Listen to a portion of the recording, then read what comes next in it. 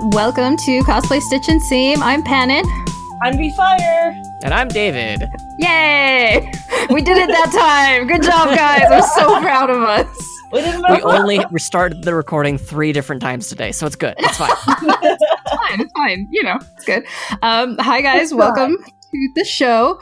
As always, if you want to reach out to us, we love hearing from you guys. We love your support, and we love how you support each other.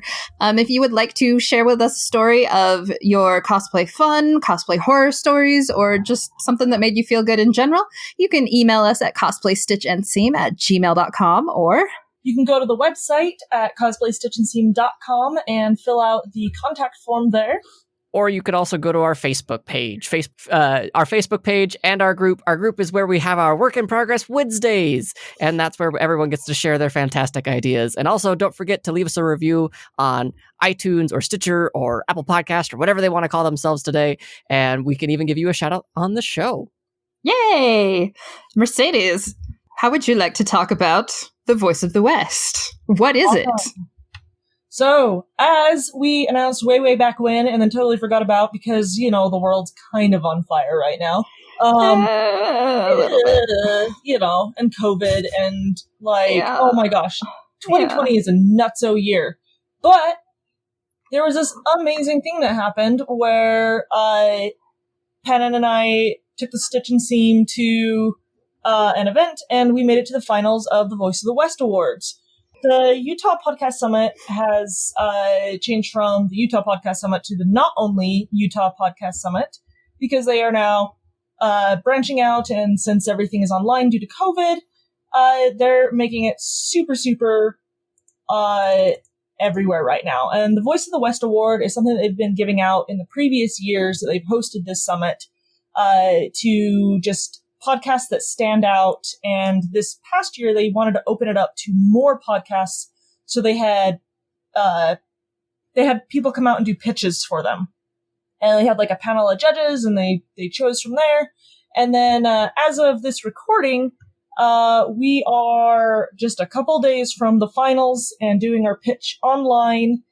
Super nervous about it, but don't be nervous. It's fun. Yeah.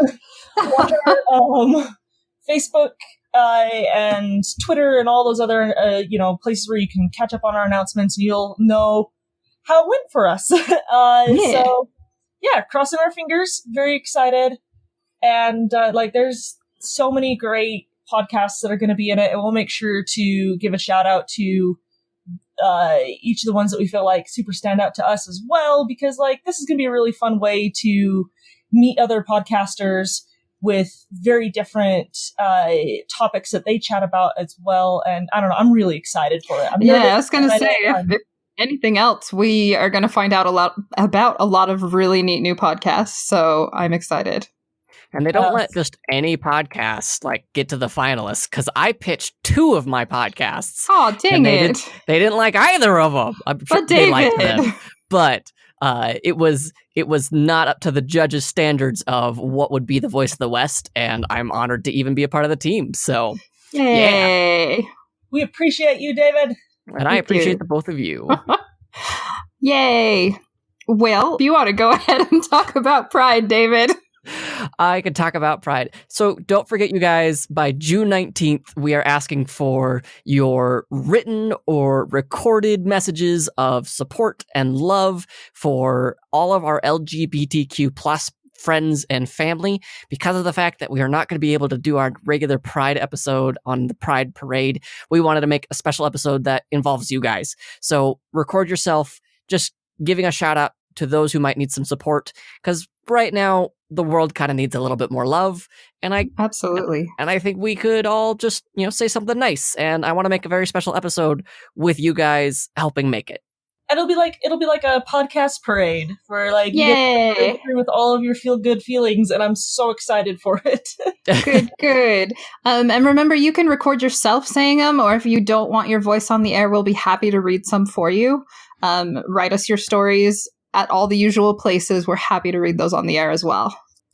Well, today's episode, we are talking about little craft projects, since we are not not really out of the woods right now with quarantining, and we need stuff to do, and now's a great time to learn new things and start projects and get better at stuff that we already know how to do. It's like things are slowly opening up, but, there's still a lot that you can try and do at home and continue to fight the good fight of staying at home, and, make it so that this COVID stuff can just hopefully mellow out, and hopefully we get a vaccine for it soon. That way we can all actually be out and about again, without having to worry. But yeah, we wanted to do an episode on just like small things you can work on, build up those skills. Fun. Yeah. Who wants to talk about their projects first? Do. Okay. I mean, most of my projects are dice related at this point in time. Hey, so that is totally fine. So I have a friend of mine who makes jewelry for a little small local company here in Utah, Badali Jewelry. And she gave me some scraps that just weren't going to be able to be published or sold. So I'm working on what the dice community calls inclusions, so things that are inside the dice. That's freaking cool! So you might see a nondescript skull from a nondescript magical urban story series inside one of my dice in the near future. Bob! What? What? What? I don't know what you're talking about. It's been like a very slow progress because I don't want to like push myself, and it's also been like okay, I've got a few minutes here, I've got a few minutes there. So like I tried to figure out, okay, how do I fill the skull with resin? And keep in mind that it's like smaller than a dime, right? It's tiny. Oh dang. So it was small progress things of like, okay, what if I use Play-Doh? Okay, so I got some Play-Doh, left it out. Maybe if it's dry, it won't seep through, and I would get a little bit of resin, and then it would just spill all the way through. And I was like, crap. So then maybe if it's wet, and like, so I cleaned it all off. I started over again, and then started with wet. And like this has been over a couple of weeks at this point. Oh dang. Because I didn't want to make this like my sole focus, right? It's a small project. It might look big in the grand scale of things, but I've been making it like the only way you eat an elephant is a bite at a time kind of thing, right? Right. Yeah. So I've just taken bites out of it, and I figured out painter's tape was really great, but it's still a little bit seeped out. So I spent an hour yesterday just cleaning off that excess resin off of this nondescript skull. And so now I'm set it aside for probably another week or so. And next I'm trying to figure out how to suspend it so that way it doesn't just sink to the bottom of the resin. Sink to the bottom, yeah. I have wondered how they suspend things without it just like sinking.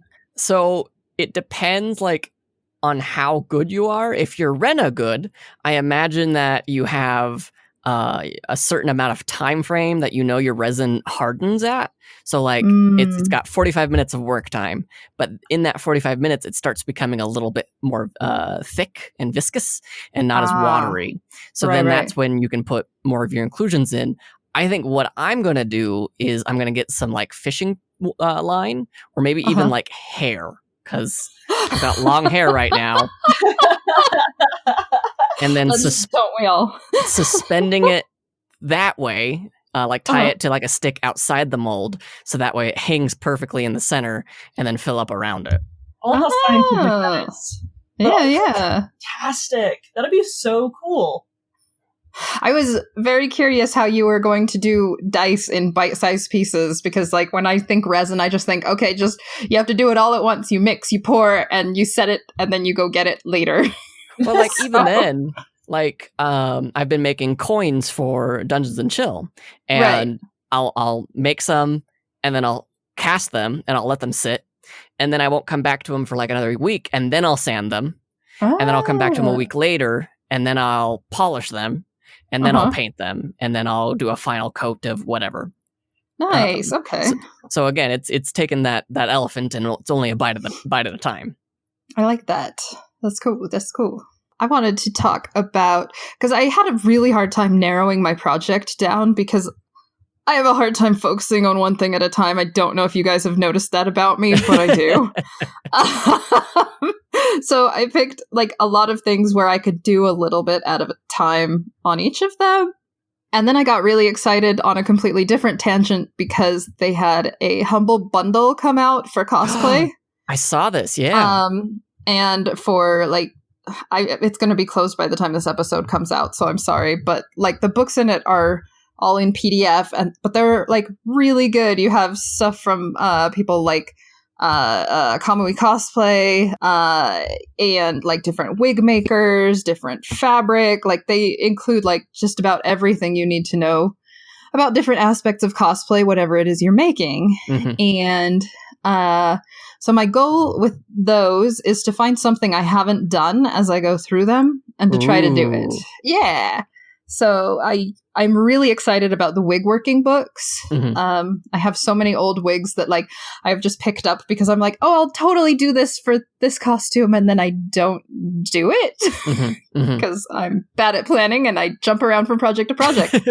But I have a lot of wigs sitting around that I'm like, well, if nothing else, these would be cool to learn something on. So I definitely want to put time towards that. My big main project right now I'm working on, I have probably not shut up about it for the last few weeks, but I'm working on a costume from The Untamed, so it's Wei Wuxian, and I'm hopefully going to wear it to whatever the next convention happens to be that is safe to go to, or just maybe take it out for a socially distanced photo shoot at some point. Oh, I like the idea of that. Right. There's still like you don't have to get super up close for your photo shoots. But... I've got plans for one in July, actually. Nice. Super cool. I keep kicking myself because I haven't taken any for side on yet. I know. We need to do it. Yes. But yeah, even if it's just for a shoot, I'm really excited about this one. And it's one that I can take small bites out of because I really want to just... One of the things I like about it in the show is the costumes all have a ton of texture, a ton of itty bitty details that like you don't really see until they do like a close-up shot and you're like, oh, that's gorgeous. So I'm doing a similar thing and just like adding a bunch of detail because I might as well do something. So it's a pretty simple costume. It's like a black and red hanfu, but I'm putting like embroidery in it that won't even get seen, and I'm putting like little details on the hem, and I'm doing like ombre dyeing on it, and I'm making the shoes. That's exciting. Yeah, and Stacy, who was on with us a couple weeks ago, is doing one of the other characters, Lan Wangji, and she's actually learning how to carve jade for it because she wants the little like talisman that he wears to be as authentic as possible. I was like, you're nuts. But she really wants to learn how to carve jade. I love it. Yeah. So I'm taking it in small bites of things I know how to do and don't know how to do. And I love embroidery as like a sit there and like take small bites project. Because I can pick it up, put it down, pick it up, put it down. I can do it while I'm watching TV. I can do it while I'm sitting and chatting online with friends. I can do it like while I'm doing other things. And if you know me, you know I like to do things while I do other things. So yeah. That's awesome to like totally pull away for a second when you were like, oh yeah, and like there's a close up and you're like, oh, that's gorgeous. I had a similar moment. I was watching Avatar with my wife and Last Airbender specifically. And there's a shot where Zuko walks in like Fire Nation formal wear, and I was like, that's so good. And I was like, dang it, you guys. I blame both of you for this. Success. It's just sometimes you have to appreciate the costume. It's just yeah, that was exactly the moment. Yeah. I will take that blame proudly. Yes. That was me watching the Dark Crystal series. I was just like, every time a new costume shows up, I'm like, look at that. So yeah, it's fun to get excited about costume. It is. It really is. Yeah. What about you, Mercedes? What are you doing that are small, bite-sized project-y thingies? Lots of things. I'm shocked. I've been making a couple different face masks, and because as of this recording, next week I will be. The Orem Library does a cosplay night, and their last one coming up is going to be on masks, and I'm going to be covering how to do masks out of scraps of things that you have at home already, and to make them fun and nerdy. So Ooh. I'm really excited for that. Shannon Babb is the one who runs that program. Super, super sweet person, like the sweetest librarian you've ever met. And I don't know, I'm really excited to be working on those. I have one mask made, and that's my chainmail one. And I like joking that it's protecting me because it's armor. I saw your pictures of that. That's really cool looking. Yeah, it's just made out of the leftover spandex from Chic and some cotton on the inside. Nice. And so I'm going to go through some of my leftover scrap pieces of stuff and turn them into kind of costume pieces, but also actual masks that I can wear, because I think it'd be really fun. Yeah, I like that. Yeah. And then another small thing, because the masks, once you get an easy pattern, they're really, really easy to make. I think even Bill Duran has a pattern on his website. If you props, yeah. It's not hard to find a pattern, and then it's not a super difficult sewing project. If you want to do a first time sewing project, making a mask is so non-stressful. Yeah, so that's with my sewing project. I've been also working on kind of upping my leatherworking skills by kind of starting with some small stuff. I've been learning to use what's called a speedy stitcher. I am sounds kind of slow. Yeah, I'm not really fast at it. Wow. But it's supposed to make things faster, so eventually I'll get there. So I'm just trying out new tools, taking things pretty slow. The thing that's taken up the most of my time, though, is I just got a new job, because can't teach over the summer. And I am actually going to be teaching coding over the summer with kids, and my coding knowledge is very, very basic. But that's good because I can teach kids Scratch. And so I've been learning how to properly stream while using a webcam, and I'm not streaming, but I'm just recording my screen and then I've been doing video editing. I've been messing with sound stuff. In fact, David, I might send you a couple questions on that. Happily. And at the same time, just throwing together all this block code and being okay, what's the most logical way I can plot this out so that it makes sense to a kid, because I put it together chaotically. So yeah, I can program Flappy Bird now. It's great. Oh, that's super cool. Nice. Yeah. I'm nice. Yeah. So that's been a lot of my time. So the craft stuff's been kind of set on the back burner while I start cranking out these virtual lessons. Once those are done, though, I'm gonna make another plushie too. Ooh. Yeah. Gonna do a real simple one. Nice. Yeah. Ooh, that reminds me. I forgot to mention one of mine. I'm doing a 3D print. Well, technically, it's already been 3D printed. Mm-hmm. But I don't do props as often as I probably should. I really like fabric, but I decided with this Wei Wuxian I'm doing props as well.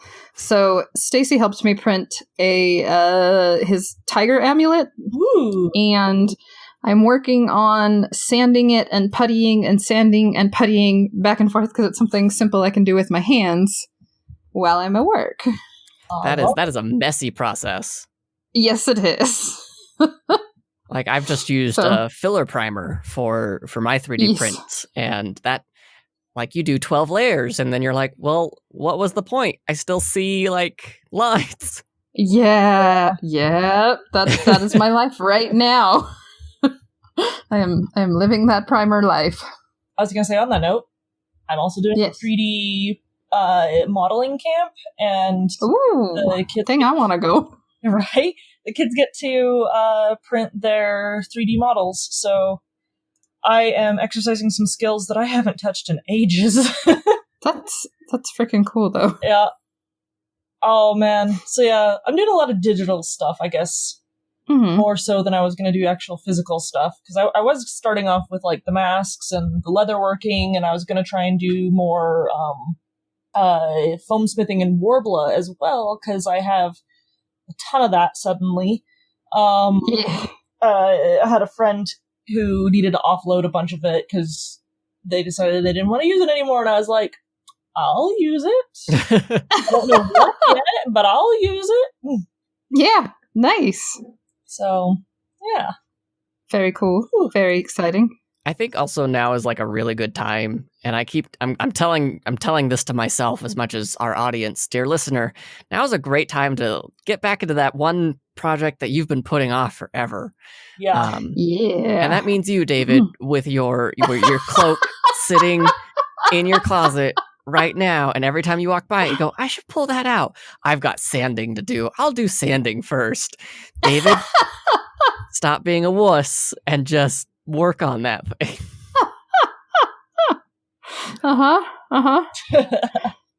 It's good, though, that you have it in eyesight, though, because when I put a project out of sight, I will literally stop thinking about it. It just becomes like it doesn't exist anymore. It's a shame thing for me because it's like, I know it's there. I didn't finish this. I bought all the things I need for it, but I didn't finish it. Oh. So I hope... We won't talk about how many I have like that. Nope. I just hope that you, dear listener, you learn from our mistakes. And don't do what we've done. Maybe a handful of them won't, but the rest... You know who you are. We love you guys, but you are one of us. Yeah. Oh, I forgot to mention, I am also working on my dice bags. I like to do like upcycled projects, and I have been struggling for a while because I just do like little backpacks and purses and stuff like that. But some of the images on the wall scrolls and artwork that I receive is too, like, it doesn't fit those dimensions very well. So I was like, dice bags. So there's been like scraps I couldn't use that I can now use for these. So it's nerdy, like anime things, but also dice bags. It's not just like Frankensteining where it's like, okay, well, this is Inuyasha's eye, and that's and that's Sailor Moon's right hand. And yeah, funny you should mention. I actually have 2 Inuyasha ones. I'm not very excited. You're not surprised? Yeah. No. Yeah.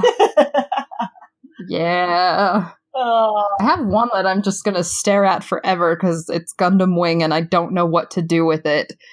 Because it has all 5 pilots on it. And I want them to all be on the bag, but they can't all be on the bag because it's a big wall scroll. It's been plaguing my nightmares. I will accept a bag that is that large. It'll just be like one of those gigantic con bags that like goes from your shoulder to your knees. Exactly. Hannon, you should make a duffel bag. Oh. Big. You can fit everything on there, and it's great for like packing stuff for convention. Boom! Or you should get into suitcase making. Jeez. I think the best I would do is like make a hard case and then just do like a collage over it and seal it with Mod Podge. That works, right? Yeah, you just buy some cheap one from the local thrift store. Yeah, that totally works. I mean, I'm all about upcycling, but... yeah. Cool. Well, those sound like fun projects. if you guys want to, I think when this episode goes live, like reply in the comments with what you're working on right now. I know we do work in progress Wednesdays, but if there's like a little project or something that you want to talk about, we would love to hear about it. So we were given a cosplay happy story, and A cosplay happy story. yes. So this one is about first convention experiences from William Priest Cosplay. So William Priest says, I had seen cosplay before, but never really got involved. Then my local community got their own con, HotCon. I had the weekend off, so I decided to check it out, but had no costumes. I did, however, have a black trench coat. I put together an outfit and searched online for shield patches. I did not have time to order them, so I just grabbed an image and printed a few sheets of them on sticker paper. I cut the extra out and brought them with me. Everyone immediately saw Nick Fury.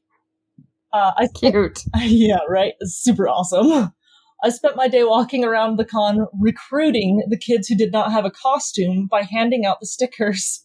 Oh my gosh. That's so cute. I love it so much. That's so freaking cute.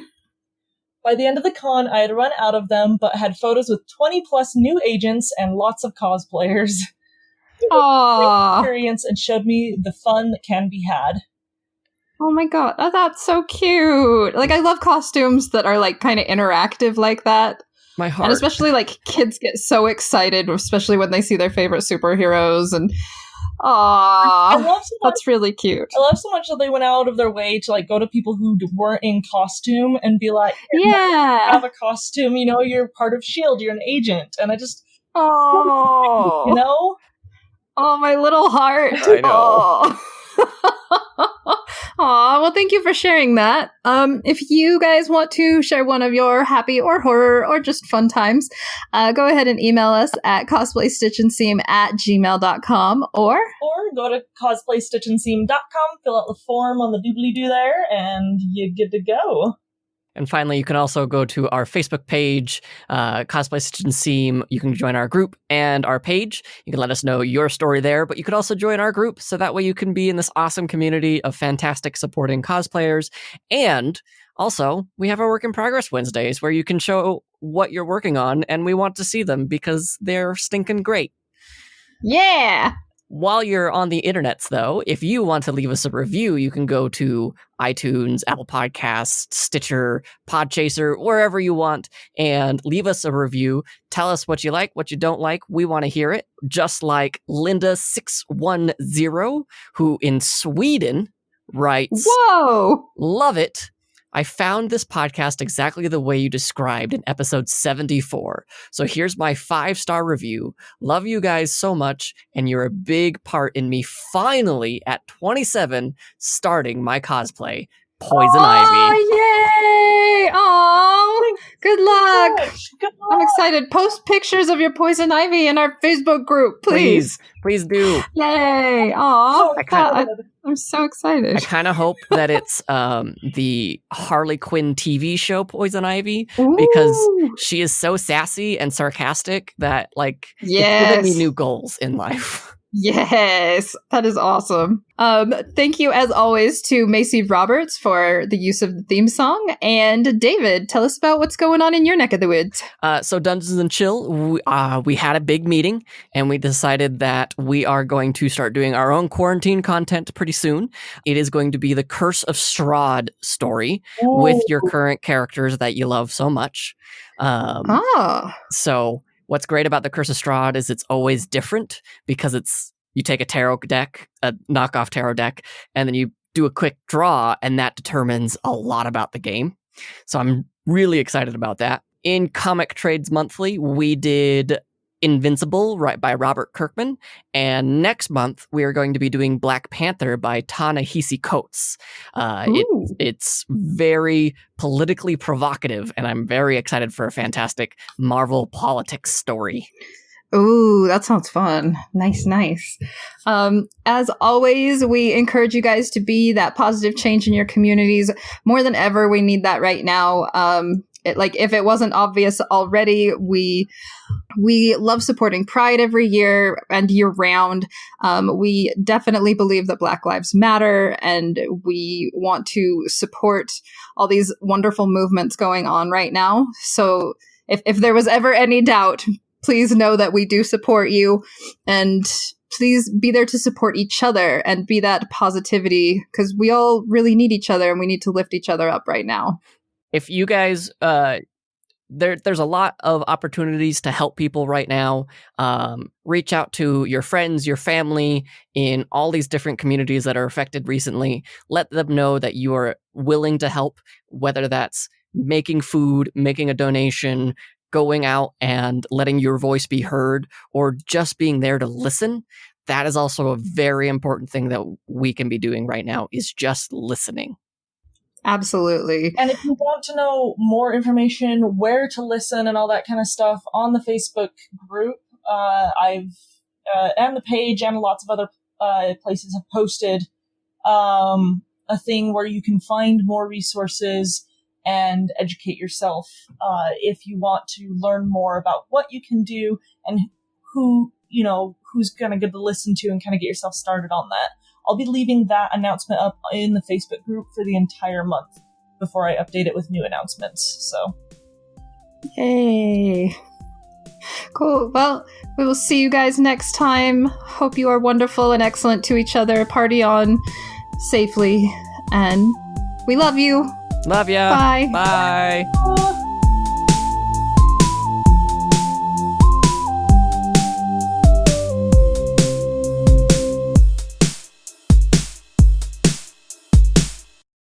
Book. I can edit that out. Sorry, David. Sorry, David. I will be. Words are hard. Take it from the top, Mercedes. I got it. Do you ever just your brain shuts off until it just bings back on and you're like, I made a huge mistake? I'll just put that as the outro. I made a huge mistake. Yeah. So you can have that as your ringtone. It is gonna happen, Ian.